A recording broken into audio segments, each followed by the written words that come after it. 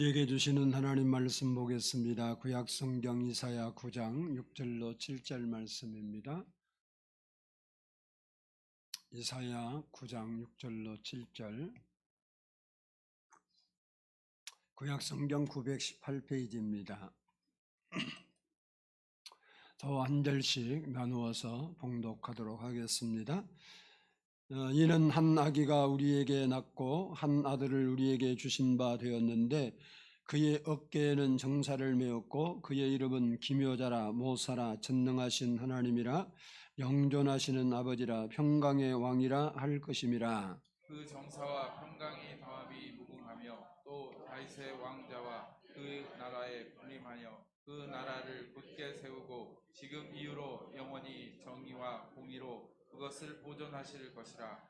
만군의 여호와의 열심히 이를 이루시리라. 사랑의 주님, 오늘도 이렇게 저희가 하나님의 말씀을 듣기 위하여 먼저 기도합니다. 우리의 세상의 삶이 때로 고달프고 힘들고 아버지 절망적이고 소망이 없어 보이는 때도 많이 있지만 우리에게 소망을 주러 이 땅에 오신 예수님을 저희가 깊이 묵상하고 이 시간 만나는 시간이 되게 해 주셔서 우리의 빛으로 오시고 소망으로 오시고 우리의 능력으로 인도자로 오신 예수 그리스도로 인하여 우리의 영혼이 소생되고 우리의 마음이 힘을 얻고 우리의 삶이 능력 있는 삶으로 나아갈 수 있도록 은혜를 부어 주옵소서. 우리 마음을 여시고 우리의 마음에 하나님 은혜와 복으로 채워 주옵소서. 늘 우리와 함께 하신 하나님 감사합니다. 사랑합니다. 이 시간도 우리 마음을 여시고 은혜로 더하여 주옵소서. 예수 그리스도의 이름으로 감사하며 기도드리옵나이다. 아멘. 할렐루야. 우리 옆사람과 한번 인사하겠습니다. 사랑하고 축복합니다.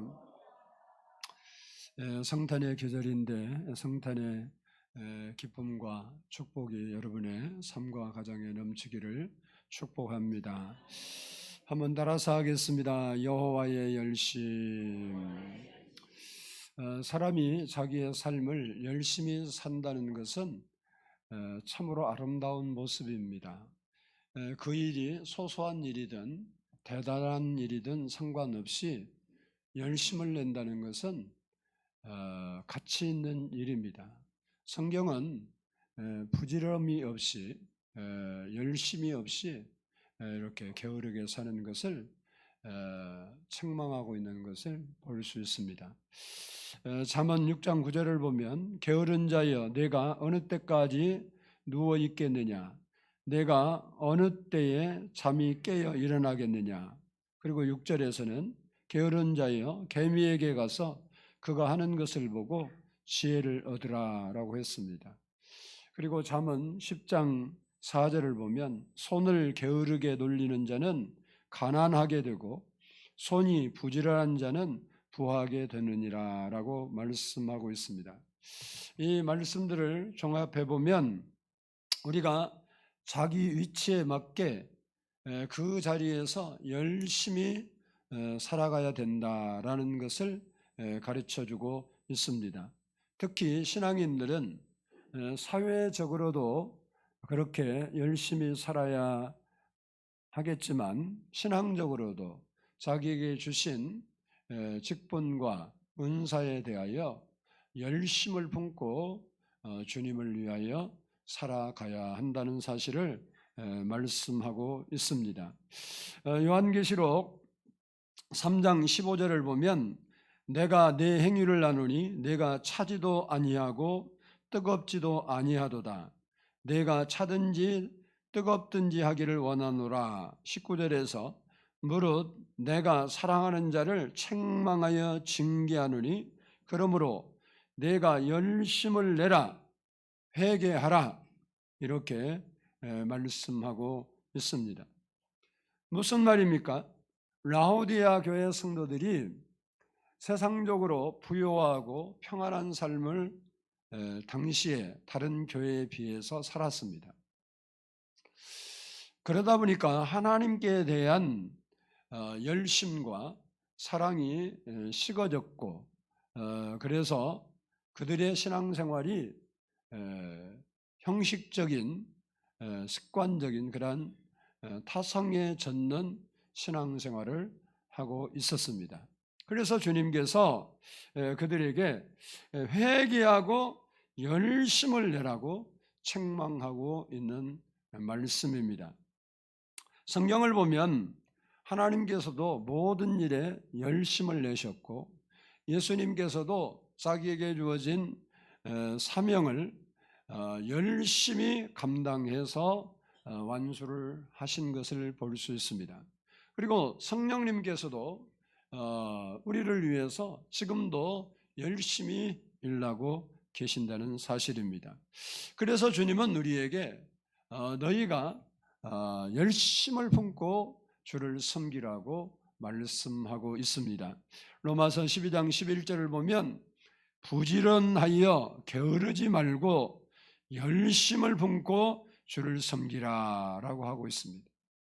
실제로 예수님의 제자들을 보면 이 말씀처럼 그들이 자기 목숨이 선교의 제물이 될 때까지 열심을 품고 그들이 평생 주님을 섬겼던 것을 볼 수 있습니다.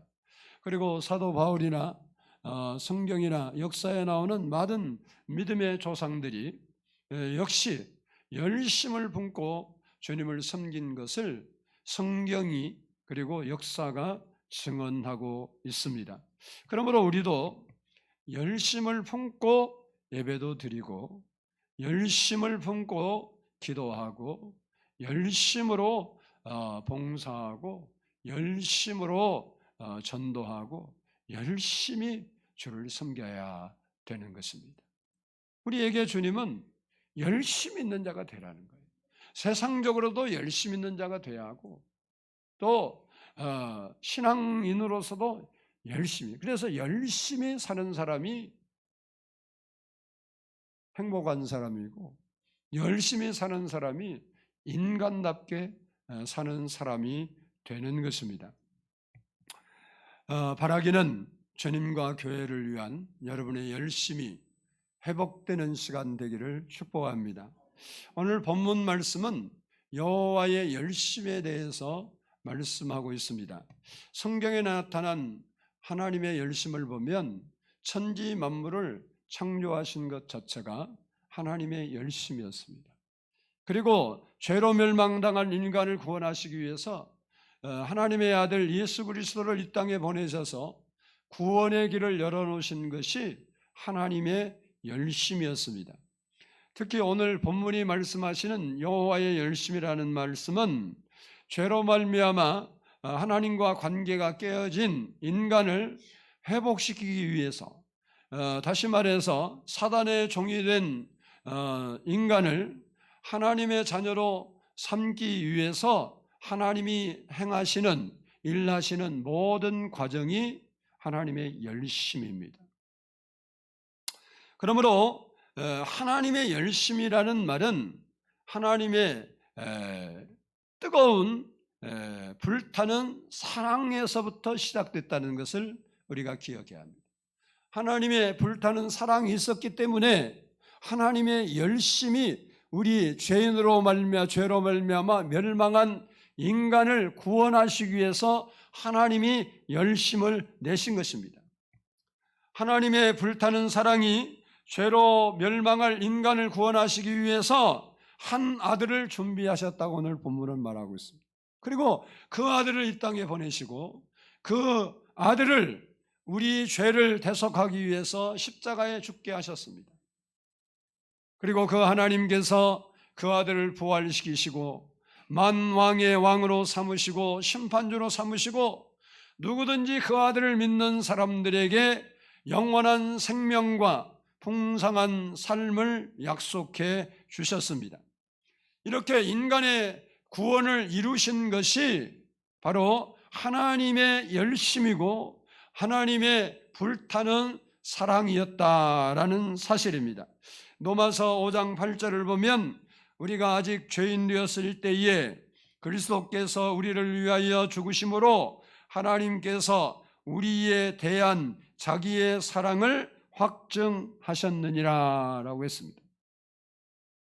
사람들은 하나님이 우리를 사랑한다고 하면서 왜 우리에게 아픔을 주고 실패를 주고 절망을 주고 질병을 주고 나라가 망하게 만드냐고, 그렇게 이스라엘 백성들도 많은 사람들이 그렇게 하나님의 사랑을 믿지 못하고 하나님의 사랑에 의구심을 품고 그렇게 하나님 앞에 반항을 했습니다. 그때 하나님께서 그들에게 말합니다. 내가 너희를 얼마나 사랑하는 줄 아니? 내가 너희를 사랑하는 것을 내가 보여주리라. 바로 내 아들 하나밖에 없는 독생자 예수 그리스도를 너희를 위하여 내어 주었다라고 말하고 있습니다. 이것이 나의 사랑이다. 바로 하나님의 불타는 사랑, 우리를 사랑하셔서 자기 아들을 십자가에 죽기까지 내어주신 그 하나님의 불타는 사랑이 있기 때문에 우리가 구원받을 수 있고 우리가 이렇게 하나님을 아버지라 부르며 주를 섬길 수 있게 된 것입니다. 요한복음 3장 16절 말씀을 보면 하나님이 세상을 이처럼 사랑하사 독생자를 주셨으니 이는 그를 믿는 자마다 멸망하지 않고 영생을 얻게 하려 하심이라 라고 말씀하고 있습니다. 그렇습니다. 하나님의 열심이, 하나님의 불타는 사랑이 오늘 우리가 하나님을 아버지라고 부르며 우리가 하나님의 자녀가 되어 영원한 천국을 사모하며 이 땅에 사는 동안 힘든 삶의 자리에서도 희망을 잃지 않고 소망을 품고 살게 하셨다라는 말씀입니다. 그러므로 우리는 항상 하나님의 열심히 이룬 구원에 감사하며 살아가야 하는 것입니다. 오늘 본문 7절 마지막 부분을 보면 여호와의 열심히 이를 이루시리라 라고 했는데, 여호와의 열심의 핵심, 여호와의 열심히 이루실 결정체가 무엇인가? 바로 예수 그리스도입니다.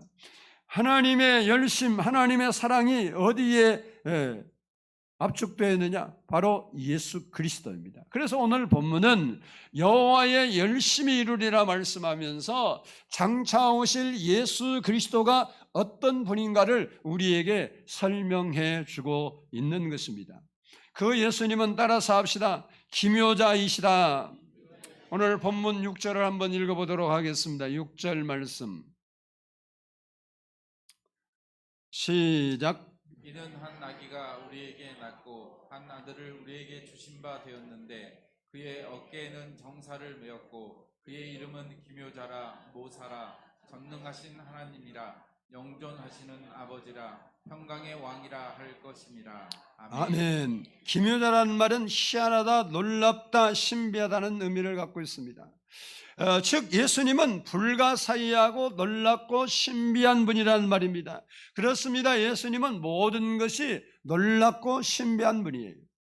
그의 탄생부터 우리가 온 이 땅에 태어나는 과정과 달리 남자 없이 성령으로 잉태되어서 여인의 후손이라 이렇게 칭함을 받고 이 땅에 태어나셨습니다.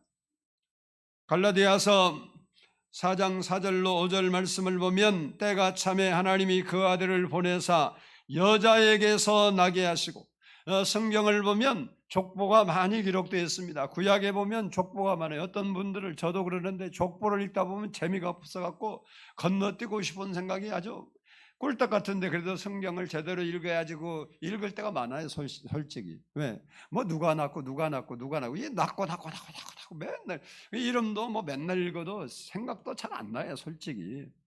그런데 성경에는 그것이 의미가 있는 거죠. 의미가 있어서 주신 거예요. 왜? 믿음의 족보가 어떻게 되는지를 우리에게 알려주기 때문에 의미 있는 것은 사실이지만 우리 입장에서 보면 별로. 그래서 거기 보면 누구의 이름을 중심으로 써있냐? 남자의 이름을 통해서 써요. 족보가. 그래서 뭐 아브라함이 이삭을 낳고 이삭이 야곱을 낳고 이렇게 써 있어요. 성경을 보면. 근데 지금 갈라디아서 4장에 보면 예수님은 누구 남자에게서 났다. 육신적으로 말하면 육신적으로 말하면 요셉의 아들이니까 요셉의 아들로 낳았다 이렇게 표현을 해야 되는데, 가족 관계상 요셉이 아버지지만 생물학적으로는 요셉이 아버지가 아니에요. 그래서 아버지가 없이 이 땅에 태어났어요. 그러니까 신비한 일이에요. 예수님은 탄생도 신비합니다. 그리고 예수님은 공생애를 보면 공생애 자체가 놀랍고 신기한 일로 가득 차 있어요. 예수님의 30년 개인 사생활에 대해서는 성경이 기록하지 않기 때문에 우리가 잘 알 수 없어요. 그러나 공생애가 기록됐는데 공생애 동안 일어난 일을 보면 놀라워요. 귀신을 쫓아냅니다. 예수님이 가신 곳은 귀신이 다 소리 지르고 날아갔어요. 사람들이 다닐 수 없는 그런 무덤 사이에서 막 폭력을 쓰고 사람들을 폭행하고, 그래서 사람들이 피해 다니는 그런 귀신들도 스스로 무릎 꿇고 와서 살려달라고 할 만큼 예수님은 능력 있는 분이셨습니다. 이 오늘날도 과학이 발달하고 의학이 발달했지만 귀신을 쫓아내는 그 의사도 없고 약도 없어요. 정신병원에 가둬 놓으면 약물로 신경 체계를 죽여서 병신을 만드는 것이, 고침받는 것은 사실 없습니다. 예수님은 귀신도 쫓아내시고 각종 병자도 고쳐주시고 죽은 자도 살리시고 심지어 자연도 다스렸습니다. 바람아 잔잔하라 하면 그렇게 뛰놀던 파도가 잔잔해. 예수님이 행하시는 이 모든 일들이 놀랍고 신비한 일이었습니다. 마태복음 4장 24절을 보면 사람들이 모든 앓는 자, 각종 병에 걸려서 고통당하는 자, 귀신 들린 자, 간질나는 자, 중풍병자들을 데려오니 그들을 고치시더라라고 했고, 8장 27절에서는 그 사람들이 놀랍게 여겨 이르되 이가 어떤 사람이기에 바람과 바다도 순종하는가 하더라라고 했습니다.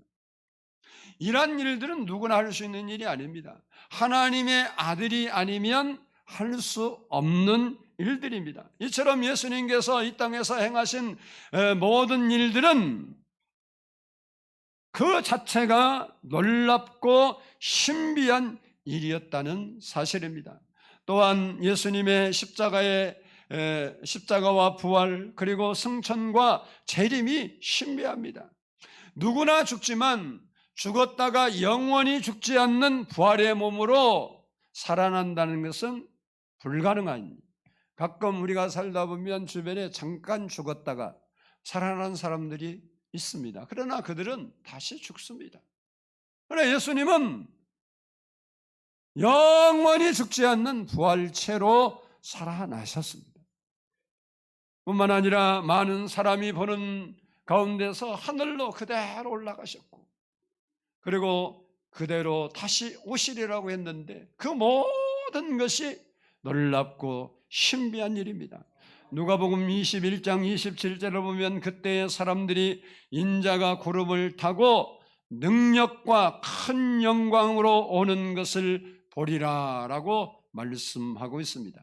이처럼 하나님은 아주 신기하고 놀랍고 불가사의한 분이었다. 이렇게 앞으로 오실 분이 그런 분이다 라고 예언하고 있습니다. 둘째는 따라서 합시다. 예수님은 모사이시다. 이 모사란 말은 조언하다, 권면하다, 충고하다는 의미로 영어 성경에서는 상담자라고 번역했습니다. 이 신약 성경에서 모사라는 말과 같은 말이 보혜사라는 말입니다. 보혜사라는 말은 곁에서 돕도록 부르심을 받은 이라는 뜻입니다. 그래서 그 보혜사의 뜻 쪽에는 상담자, 위로자 이런 뜻들도 함께 포함하고 있습니다. 본문에서 이 모사라는 말은 지혜를 가지고 문제를 풀어주시는 분이라는 의미로 쓰이고 있습니다. 즉 장차 이 땅에 오실 예수님은 지혜를 가지고 백성들을 가르치시고 권면하시고 문제들을 풀어주실 하나님이시다라는 것을 보여주는 것입니다. 때로는 목사에게 상담하러 오기도 하고 전문적인 상담자를 찾기도 합니다. 그러나 아무리 뛰어나고 유능하고 훌륭한 상담자라 해도 사람들의 고민을 다 듣고 해결해 줄 수는 없습니다. 그러나 예수님은 우리의 가장 확실하고 완전한 상담자라는 사실입니다. 우리가 고민하고 아파하는 것들을 다 들어주시고 해결하실 수 있는 분이 바로 예수님이시기 때문에 그렇습니다. 그러므로 우리는 예수님께 와서 기도로 자주 상담해야 돼요. 나의 문제, 나의 연약함을 상담해야 한다고 예수님께.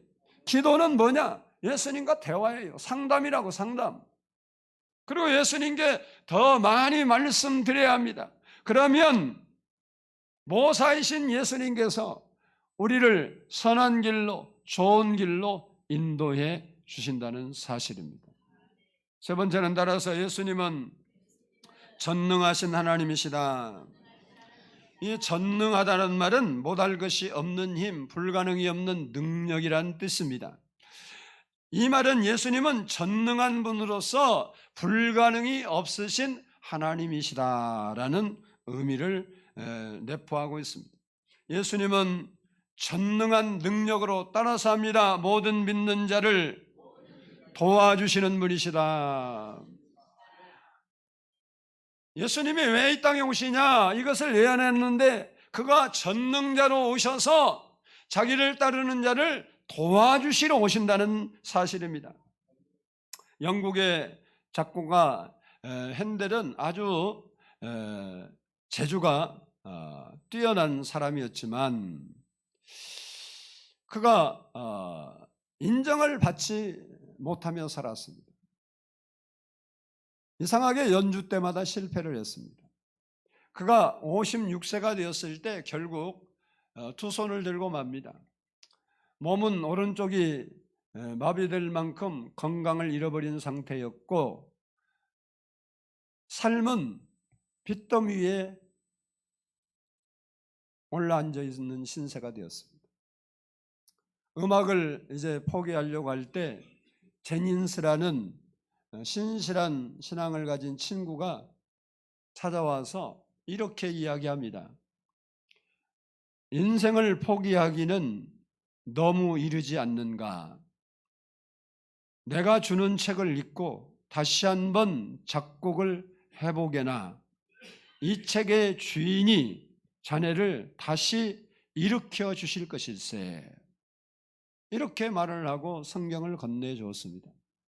그가 이제는 몸도 망가지고 삶의 소망도 없고 빚더미 위에 앉아있고 이런 불행한 절망적인 상태에 있었으니까 이제 다 포기하고 싶은 그때 이 책을 한번 읽고 이 책의 주인이 너를 도와서 다시 일어서게 할 거라는 그런 말을 남겨주니까 혹시나 하고 성경을 읽기 시작했습니다. 성경을 읽으면서 마음의 평안을 찾기 시작했고 그리고 성경에 깊이 빠지게 됐습니다.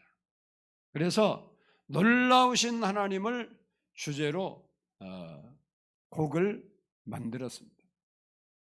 24일간 침식을 잊고 하늘의 영광만 바라보면서 작곡에 몰두한 결과 불후의 작품을 만들었습니다. 그것이 바로 핸델의 메시아입니다. 원래 그런 긴 오케스트라에 하는 이런 연주할 수 있는 곡을 만들려면 수십 년 걸린다 그래요. 그런데 24일 만에 완성을 한 아주 급조된 거죠, 인간족에서. 그런데 가장 위대한 불후의 명곡으로 오늘날도 아마 이번 성탄절에도 성가대들이 메시아라는 그 아주 클라이맥스에 있는 그 찬양을 할 때가 많아요. 그 큰 교회에서는 대곡 전체를 연주하기도 하죠. 첫 소절이 뭐냐? 하나님의 백성을 위로하라, 위로하라. 그걸로 시작합니다. 핸델이 그렇게 뛰어난 재능이 있었지만 인생을 실패했지만 그가 전능자 하나님의 손에 붙들렸을 때 아주 짧은 기간에 만든 그 곡이 불후의 명작이 되었다. 오늘날까지도 유명한, 뭐 교회에서만 유명한 게 아니죠. 음악계의 유명한 불후의 명작으로 남아 있습니다.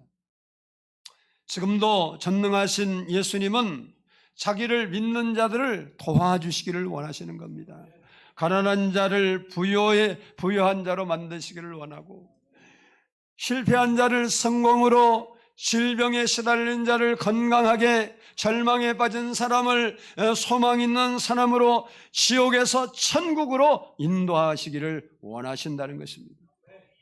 그러므로 우리는 전능하신 여호와 하나님을 의지해야 되는 겁니다.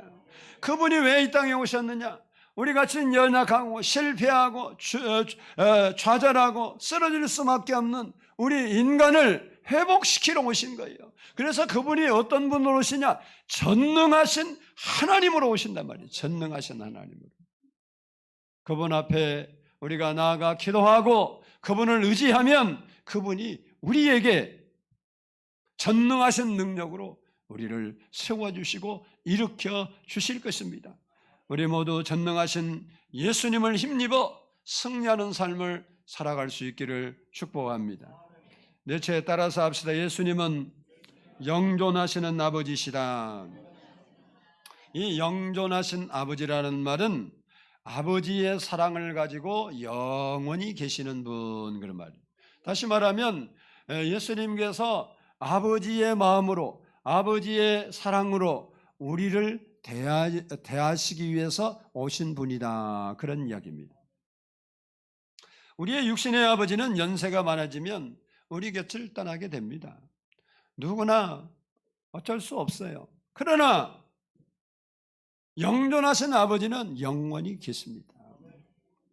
즉 예수님은 영존하신 아버지가 되셔서 우리를 도와주시려고 이 땅에 오신다는 거예요. 앞으로 너희에게 내가 보낼 메시아 예수 그리스도, 그분은 누구냐? 영존한 아버지, 영원히 아버지의 사랑을 가지고 너희를 도와줄 아버지로 이 땅에 갈 것이다, 이렇게 말씀하신 것입니다. 마태복음 7장 11절을 보면 너희가 악한 자라도 좋은 것으로 자녀에게 줄 알거든 하물며 하늘에 계신 너희 아버지께서 구하는 자에게 좋은 것으로 주시지 않겠느냐라고 말씀하고 있습니다. 강도라도 살인자라도 악한 자라도 자기 자녀에게는 좋은 것을 주려고 하죠. 그런데 하늘에 계신 영존하신 아버지께서 우리에게, 구하는 자에게, 기도하는 자에게, 간구하는 자에게, 부르짖는 자에게, 무릎 꿇고 소원하는 자에게 좋은 것을 주시지 않겠느냐, 이렇게 말해요.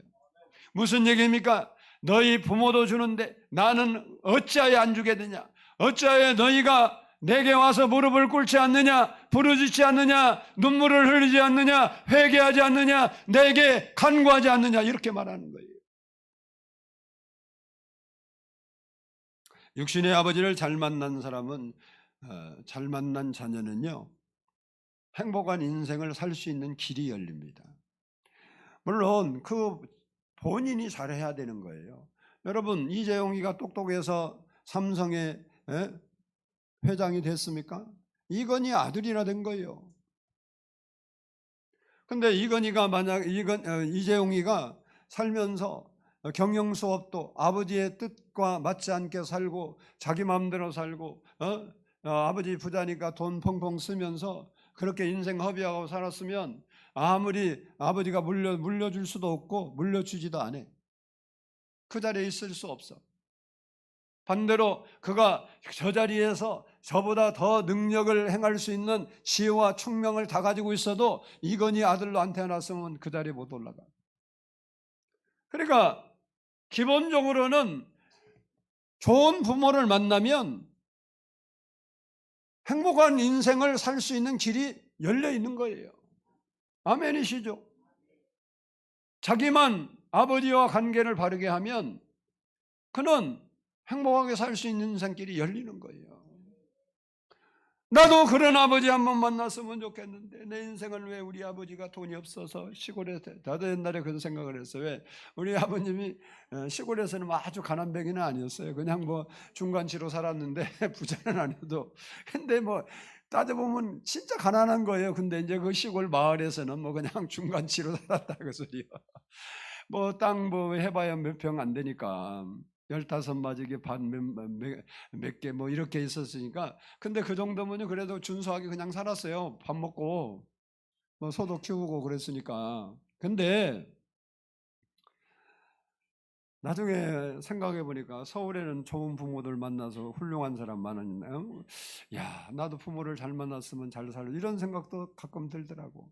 예수 믿는 사람은 그런 우울병에 걸리면 절대 안 돼요.